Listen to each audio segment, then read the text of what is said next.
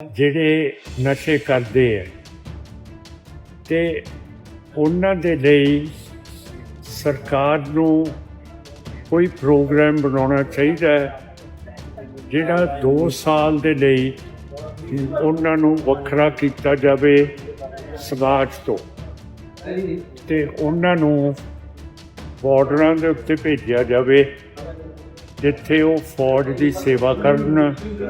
ਜਿੰਨਾ ਚਿਰ ਇਹਨਾਂ ਨੂੰ ਆਪਾਂ ਸਮਾਜ ਤੋਂ ਵੱਖਰੇ ਨਹੀਂ ਕਰਦੇ ਉਨਾ ਚਿਰ ਇਹ ਜਿਹੜੇ ਨਸ਼ੇ ਹੈ ਇਹ ਟੁੱਟ ਨਹੀਂ ਸਕਦੇ ਹੈਗੇ।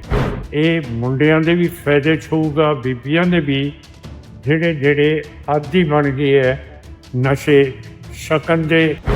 ਸੀਐਮ ਸਾਹਿਬ ਦਾ ਵੀ ਹਦਾਇਤਾਂ ਨੇ ਤੇ ਪੰਜਾਬ ਪੁਲਿਸ ਦੀਆਂ ਮੀਟਿੰਗਾਂ ਹੋ ਰਹੀਆਂ ਨੇ ਵੀ ਨਸ਼ਾ ਆਪਾਂ ਨੇ ਰੋਕਣਾ ਮੁਹਿੰਮ ਚਲਾਈ ਜਾ ਰਹੀ ਹੈ, ਪਰੰਤੂ ਪਿੰਡਾਂ ਦੇ ਵਿੱਚ ਤਾਂ ਇਸ ਗੱਲ ਦਾ ਕੋਈ ਉਹ ਨਹੀਂ ਹੋ ਰਿਹਾ। ਤਾਂ ਇਹਦੇ ਬਾਰੇ ਤੁਸੀਂ ਹੁਣ ਵੀ ਬੋਲਿਆ ਤੇ ਤੁਸੀਂ ਕੀ ਕਹੋਗੇ, ਕਿਉਂਕਿ ਤੁਸੀਂ ਪੁਲਿਸ ਅਫਸਰ ਰਹੇ ਹੋ, ਸਿਰਫ ਮੀਟਿੰਗਾਂ ਤੱਕ ਸੀਮਿਤ ਹੋ ਰਿਹਾ।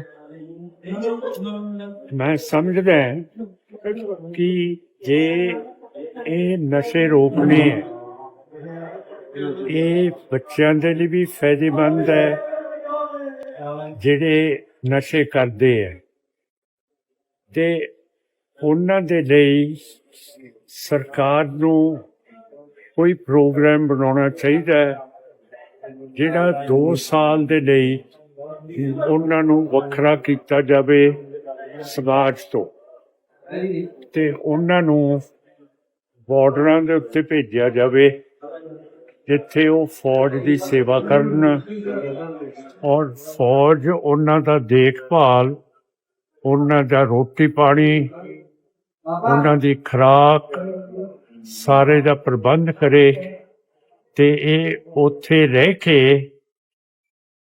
ਨਸ਼ਾ ਮੁਕਤ ਹੋ ਜਾਣ ਤੇ ਫੌਜ ਦਾ ਜਿਹੜਾ ਸਮਾਨ ਹੈ ਇਹ ਉੱਚੀਆਂ ਚੋਟੀਆਂ ਤੱਕ ਪਹੁੰਚਾਉਣ ਜਿਹਦੇ ਨਾਲ ਇਹਨਾਂ ਦੀ ਸਿਹਤ ਵੀ ਤਕੜੀ ਰਹੇ ਤੇ ਜਿਹਦੇ ਨਾਲ ਇਹ ਫਿੱਟ ਵੀ ਰਹਿਣ।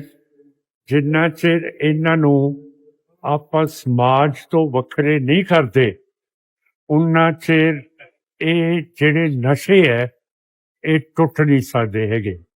ਇਹ ਮੁੰਡਿਆਂ ਦੇ ਵੀ ਫਾਇਦੇ 'ਚ ਹੋਊਗਾ, ਬੀਬੀਆਂ ਦੇ ਵੀ ਜਿਹੜੇ ਆਦੀ ਬਣ ਗਏ ਹੈ ਨਸ਼ੇ ਛਕਣ ਦੇ ਜਾਂ ਨਸ਼ੇ ਲੈਣ ਦੇ। ਇੱਕ ਸਰਬਜੀਤ ਨੇ ਪਾਰਟੀ ਬਣਾਉਣ ਦਾ ਐਲਾਨ ਕੀਤਾ ਜੀ, ਕੀ ਤੁਸੀਂ ਉਹਨਾਂ ਨਾਲ ਸਹਿਮਤ ਹੋ ਜਾਂ ਕੋਈ ਨਹੀਂ? ਸਾਡੇ ਨਾਲ ਗੱਲਬਾਤ ਨਹੀਂ ਹੋਈ ਜੀ ਸਾਹਿਬ ਉਹਨਾਂ ਦੀ।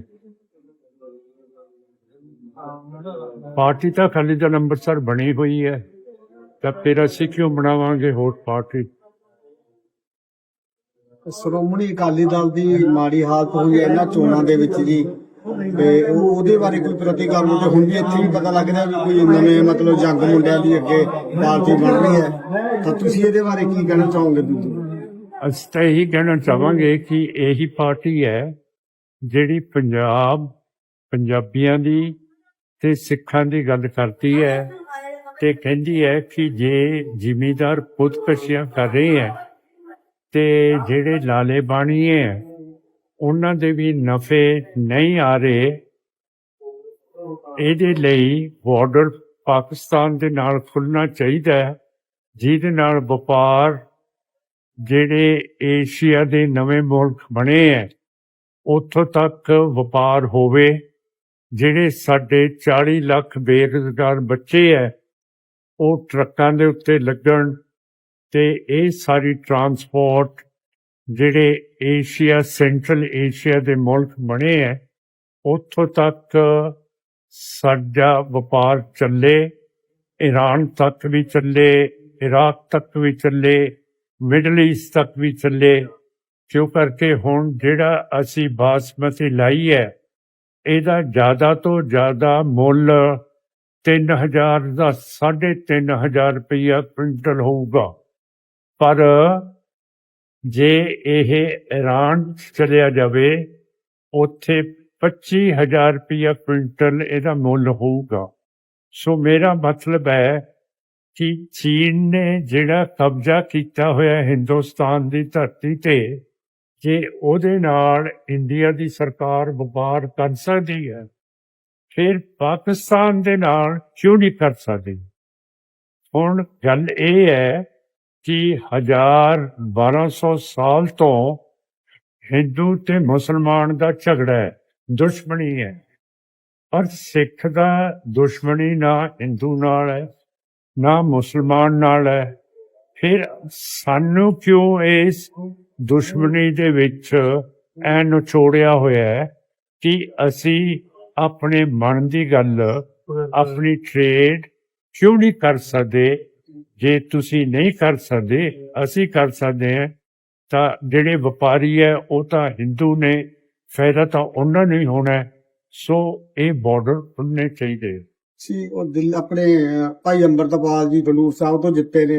ਹਾਂਜੀ, ਭਾਈ ਅੰਮ੍ਰਿਤਪਾਲ ਜੀ ਖਡੂਰ ਸਾਹਿਬ ਤੋਂ ਵੱਡੀ ਜਿੱਤ ਹੋਈ ਹੈ ਹਾਂ। ਤੇ ਬਹੁਤ ਲੀਡਰਾਂ ਜਿੱਤੇ ਨੇ। ਉਹਨਾਂ ਨੂੰ ਜਦੋਂ ਸਹੁੰ ਚੁਕਾਈ ਗਈ ਹੈ, ਉਹ ਜਨਤਕ ਨਹੀਂ ਕੀਤੀ ਗਈ ਕਿ ਇਹ ਰਾਈਟ ਬਣਦਾ ਹੈ ਜਾਂ ਸੁਪਰੀਮ ਕੋਰਟ ਦਾ ਮੈਨੂੰ ਨਹੀਂ ਜੀ ਪਤਾ। ਇਸ ਵੀ ਜੋ ਉਹਨਾਂ ਨੂੰ ਸਹੁੰ ਚੁਕਾਈ ਗਈ ਉਹ ਜਨਤਕ ਨਹੀਂ ਮਤਲਬ ਚੁਕਾਈ ਗਈ, ਜਿਵੇਂ ਆਮ ਤੁਹਾਨੂੰ ਵੀ ਚੁਕਾਈ ਗਈ ਸੀ। ਹਾਂ, ਮੈਨੂੰ ਵੀ ਕਮਰੇ ਦੇ ਵਿੱਚ ਚੁਕਾਈ ਹਾਂ, ਵੀ ਗਈ ਉਹ ਸੀ। ਕਮਰੇ ਦੇ ਵਿੱਚ ਕੀ ਹੈ ਕਿ ਰਾਈਟ ਹੈਗਾ ਜੀ ਵੀ ਇਸ ਤਰ੍ਹਾਂ ਉਹ ਕਰ ਸਕਦੀ ਹੈ? ਹਾਂ, ਜੇ ਇਹ ਸਪੀਕਰ ਚਾਹੇ ਉਹ ਆਪਣੇ ਕਮਰੇ ਦੇ ਵਿੱਚ ਚੁਕਾ ਸਕਦਾ ਹੈਗਾ। ਸਹੁੰ ਤਾਂ ਸਹੁੰ ਹੀ ਹੈ। ਇੱਕ ਬਿਕਰਮਜੀਤ ਸਿੰਘ ਨੇ ਜਿਹੜਾ ਚੈਲੰਜ ਕੀਤਾ ਜੀ ਭਾਈ ਅੰਮ੍ਰਿਤਪਾਲ ਸਿੰਘ ਦੀ ਚੋਣ ਨੂੰ ਲੈ ਕੇ ਜੀ। ਕਿੰਨੇ? ਬਿਕਰਮਜੀਤ ਸਿੰਘ ਨੇ ਜੀ, ਜਿਹੜਾ ਆਜ਼ਾਦ ਉਮੀਦਵਾਰ ਸੀਗਾ ਖਡੂਰ ਸਾਹਿਬ ਤੋਂ, ਭਾਈ ਅੰਮ੍ਰਿਤਪਾਲ ਸਿੰਘ ਦੀ ਚੋਣ ਨੂੰ ਲੈ ਕੇ ਕੋਰਟ ਦੇ ਵਿੱਚ ਉਹਨਾਂ ਨੇ ਦਲੀਲ ਪੇਸ਼ ਕਰੀ ਹੈ ਜੀ। ਇਹਨਾਂ ਨੇ ਫਿਰ ਕਾਨੂੰਨ ਦੀ ਉਲੰਘਣਾ ਕੀਤੀ। ਚੈਲੰਜ ਕਰਨਾ ਤਾਂ ਹਰੇਕ ਦਾ ਹੱਕ ਹੈ। ਉਹ ਕਿਵੇਂ ਆਪਾਂ ਰੋਕ ਸਕਦੇ? ਜੇ ਉਹ ਸਮਝਦਾ ਕੋਈ ਚੀਜ਼ ਤਾਂ ਕੋਈ ਵੀ ਚੈਲੰਜ ਕਰ ਸਕਦਾ। ਮੇਰੇ ਖਿਲਾਫ ਵੀ ਕਰ ਸਕਦਾ, ਮੈਂ ਵੀ ਹੇਡ ਦੇ ਖਿਲਾਫ ਕਰ ਸਕਦਾ ਹੈਗਾ। ਉਹ ਤਾਂ ਹੱਕ ਹੈਗਾ ਸਾਰਿਆਂ ਦਾ। ਮਾਨ ਸਾਹਿਬ, ਅੱਜ ਜੋ ਪੰਜਾਬ ਦੇ ਸਿਆਸੀ ਹਾਲਾਤ ਨੇ, ਜਿਵੇਂ ਕਾਂਗਰਸ ਹੈ ਜਾਂ ਅਕਾਲੀ ਦਲ ਬਾਦਲ ਹੈ, ਤੇ ਬੜਾ ਬੁਰਾ ਹਾਲ ਹੈ ਤੇ ਨਵੀਂ ਸਭਾ ਸ਼ੁਰੂ ਹੋ ਰਹੀ ਹੈ, ਤੇ ਤੁਸੀਂ ਨਵੀਆਂ ਪਾਲਿਸੀਆਂ ਕੀ ਲਿਆ ਰਹੇ ਹੋ ਅਕਾਲੀ ਦਲ? ਜਿਵੇਂ ਤੁਸੀਂ ਕਿਹਾ ਵੀ ਪੰਜਾਬ ਦੇ ਵਿੱਚ ਸਿਰਫ ਅਕਾਲੀ ਦਲ ਹੀ ਆ ਜੋ ਇਮਾਨਦਾਰ ਪਾਰਟੀ ਹੈ, ਲੋਕਾਂ ਦੇ ਹਿੱਤਾਂ ਦੀ ਗੱਲ ਕਰਦੀ ਹੈ। ਹਾਂ, ਤੇ ਫਿਰ ਤੁਸੀਂ ਅਸੀਂ ਨਵੀਂ ਉਹਦੇ ਵਿੱਚ ਕੀ ਪਾਲਿਸੀ ਲਿਆ ਰਹੇ ਹੋ? ਅਸੀਂ ਇਨਸਾਫ ਦੇਵਾਂਗੇ ਜੀ। ਜਿਹੜੀਆਂ ਚੀਜ਼ਾਂ ਤੁਹਾਨੂੰ ਮਿਲਣੀਆਂ ਚਾਹੀਦੀਆਂ, ਇਨਸਾਫ ਪੂਰੀ ਤਰ੍ਹਾਂ ਮਿਲੂਗਾ। ਕੋਈ ਗੜਬੜ ਨਹੀਂ ਹੋਊਗੀ, ਕੋਈ ਤੁਹਾਡੇ ਉੱਤੇ ਮਾੜੇ ਕੇਸ ਨਹੀਂ ਦਰਜ ਕੀਤੇ ਜਾਣਗੇ, ਕੋਈ ਜਾਸਤੀ ਨਹੀਂ ਹੋਊਗੀ, ਕੋਈ ਜ਼ਬਰ ਨਹੀਂ ਹੋਊਗਾ। ਸਿੱਧਾ ਤੁਸੀਂ ਜੇ ਸਿੱਧਾ ਚੱਲੋਗੇ ਤੇ ਸਿੱਧੇ ਤਰ੍ਹਾਂ ਤੁਹਾਡੀ ਰਿਹਾਇਸ਼ ਤੇ ਤੁਹਾਡਾ ਜੀਵਨ ਹੋਊਗਾ। ਗਰੀਬਾਂ ਦੇ ਲਈ ਪੂਰੀ ਫੈਸਿਲਿਟੀ ਦੇਵਾਂਗੇ। ਜਿਨ੍ਹਾਂ ਦੇ ਘਰ ਟੁੱਟੇ ਹੈ ਜਾਂ ਕੁਛ ਹੈ, ਉਹਨਾਂ ਨੂੰ ਨੌਕਰੀਆਂ ਦੇਵਾਂਗੇ। ਮੋਦੀ ਨੇ ਕਿਹਾ ਸੀ 20 ਕਰੋੜ ਮੈਂ ਨੌਕਰੀ ਦੇ ਦੇਣੀ ਹੈ, ਉਹਨੇ ਕੋਈ ਨੌਕਰੀ ਨਹੀਂ ਦਿੱਤੀ ਹੈਗੀ। ਇਸੇ ਤਰ੍ਹਾਂ ਆਮ ਪਾਰਟੀ ਨੇ ਕੋਈ ਨੌਕਰੀ ਨਹੀਂ ਦਿੱਤੀ ਹੈਗੀ। ਸਭ ਤੋਂ ਵੱਡੀ ਗੱਲ ਹੈ ਕਿ ਨੌਕਰੀਆਂ। ਇਸ ਕਰਕੇ ਅਸੀਂ ਚਾਹੁੰਦੇ ਹਾਂ ਕਿ ਇਹ ਬਾਰਡਰ ਖੁੱਲ੍ਹੇ, ਟਰੱਕ ਚੱਲਣ ਲੱਗ ਪੈਣ, ਸਾਡੇ ਮੁੰਡੇ ਉਹਨਾਂ ਨੂੰ ਚਲਾਉਣ ਤੇ ਨਾਲ ਜਾਣ, ਤੇ ਇਹਦੇ ਨਾਲ ਵੀ ਬਹੁਤ ਜ਼ਿਆਦਾ ਨੌਕਰੀਆਂ ਦਾ ਫੈਸਲਾ ਹੋ ਸਕੂਗਾ। ਕਿਉਂ ਕਰਕੇ ਕਈ ਉੱਥੇ ਵੀ ਰਹਿ ਕੇ ਟ੍ਰੇਡ ਸ਼ੁਰੂ ਕਰ ਦੇਣਗੇ, ਤਾਂ ਮੇਰਾ ਮਤਲਬ ਕੰਮ ਤਾਂ ਚੱਲ ਸਕੂਗਾ। ਜੇ ਚੀਨ ਦੇ ਨਾਲ ਹੋ ਸਕਦਾ ਹੈ, ਫਿਰ ਪਾਕਿਸਤਾਨ ਦੇ ਨਾਲ ਕਿਉਂ ਨਹੀਂ ਹੋ ਸਕਦਾ? ਮਾਨ ਸਾਹਿਬ, ਇੱਕ ਗੱਲ ਹੋਰ ਮੇਰਾ ਸਵਾਲ ਹੈ ਲਾਸਟ ਜੀ, ਤੇ ਤੁਸੀਂ ਹਰ ਇੱਕ ਸਿੱਖ ਕੌਮ ਲਈ, ਆਮ ਦੇ ਲੋਕਾਂ ਲਈ ਤੁਹਾਡੀ ਪਾਰਟੀ ਨੇ ਮੋਰਚੇ ਲਾਏ ਨੇ, ਜੰਗਾਂ ਲੜੀਆਂ ਨੇ, ਸਰਕਾਰਾਂ ਦਾ ਵਿਰੋਧ ਕੀਤਾ ਹੈ। ਅੱਜ ਜੋ ਸਥਿਤੀ ਹੈ, ਸੰਵੇਦਨਸ਼ੀਲ ਨੌਜਵਾਨ ਨਸ਼ਿਆਂ 'ਚ ਮਾਰੇ ਨੇ, ਕੀ ਤੁਸੀਂ ਆਪਣੀ ਪਾਰਟੀ ਵੱਲੋਂ ਇਸ ਤਰ੍ਹਾਂ ਦੀ ਮੁਹਿੰਮ ਕੋਈ ਵਿੱਢ ਸਕਦੇ ਸਰਕਾਰਾਂ ਦੇ ਖਿਲਾਫ, ਸੈਂਟਰ ਤੇ ਜਾਂ ਪੰਜਾਬ ਦਾ ਕੋਈ ਰਿਸਪੌਂਸ ਨਹੀਂ ਮਿਲਿਆ ਨਸ਼ਿਆਂ ਨੂੰ ਬੰਦ ਕਰਨ? ਨਾ, ਕਿਹੜੀ ਮੁਹਿੰਮ ਚਲਾਉਣਾ ਚਾਹੁੰਦੇ ਹੋ? ਤੇ ਵੀ ਜਿਵੇਂ ਨਸ਼ਿਆਂ 'ਚ ਨੌਜਵਾਨ ਪੂਰੀ ਤਰ੍ਹਾਂ ਸਾਰੇ ਪਿੰਡਾਂ ਦੇ ਵਿੱਚ ਨਸ਼ਾ ਆਮ ਹੋ ਰਿਹਾ ਜੀ। ਹਾਂ, ਅਸੀਂ ਜਿੱਥੇ ਜਾਂਦੇ ਹਾਂ ਅਸੀਂ ਬਿਲਕੁਲ ਗੱਲ ਕਰਦੇ ਹਾਂ ਕਿ ਨਸ਼ੇ ਨਾ ਕਰੋ।